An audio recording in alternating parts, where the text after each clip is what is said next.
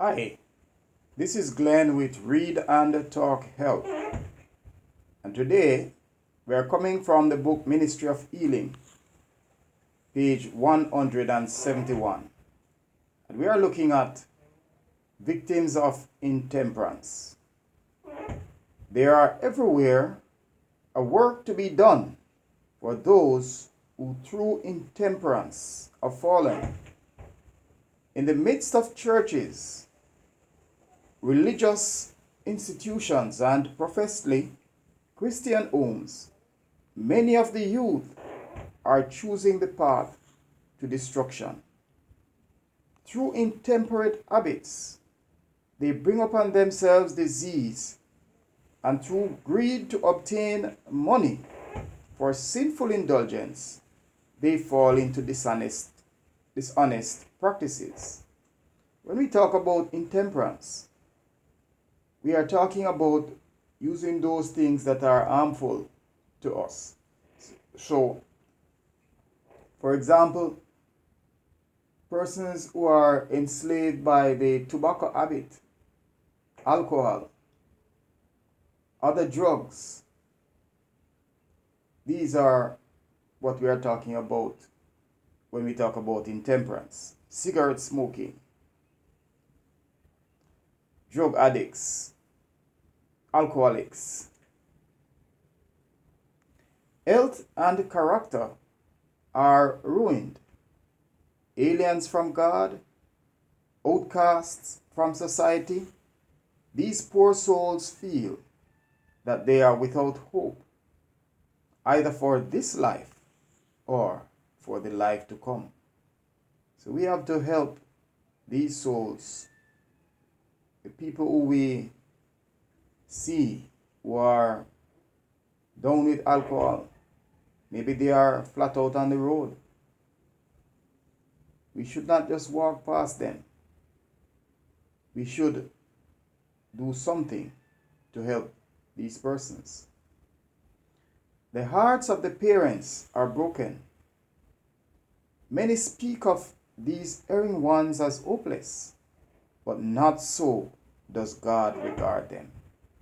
So, oh wonderful and loving God, these persons who we see flat out because of alcohol, because of drugs, because of other intemperate practices, God does not regard them as hopeless.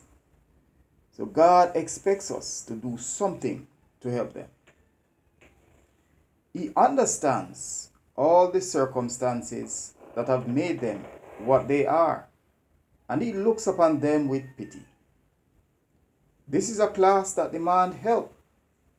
Never give them occasion to say, "No man cares for my soul." Among the victims of intemperance are men of all classes and all professions.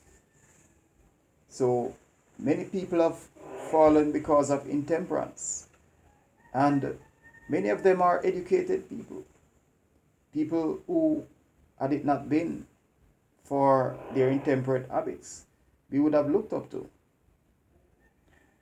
Men of high station, of eminent talents, of great attainments, have yielded to the indulgence of appetite until they are helpless to resist temptation. Some of them who were once in the possession of wealth are without home, without friends, in suffering, misery, disease, and degradation. They have lost their self-control.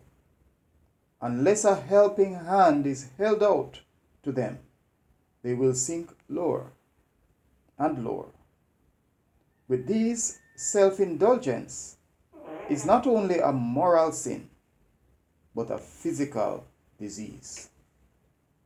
Often in helping the intemperate, we must, as Christ so often did, give first attention to their physical condition.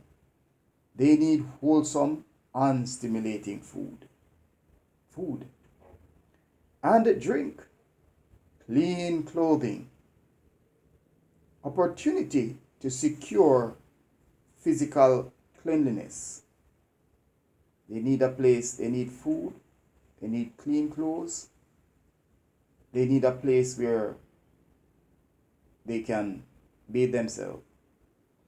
They need to be surrounded with an atmosphere of helpful, uplifting Christian influence.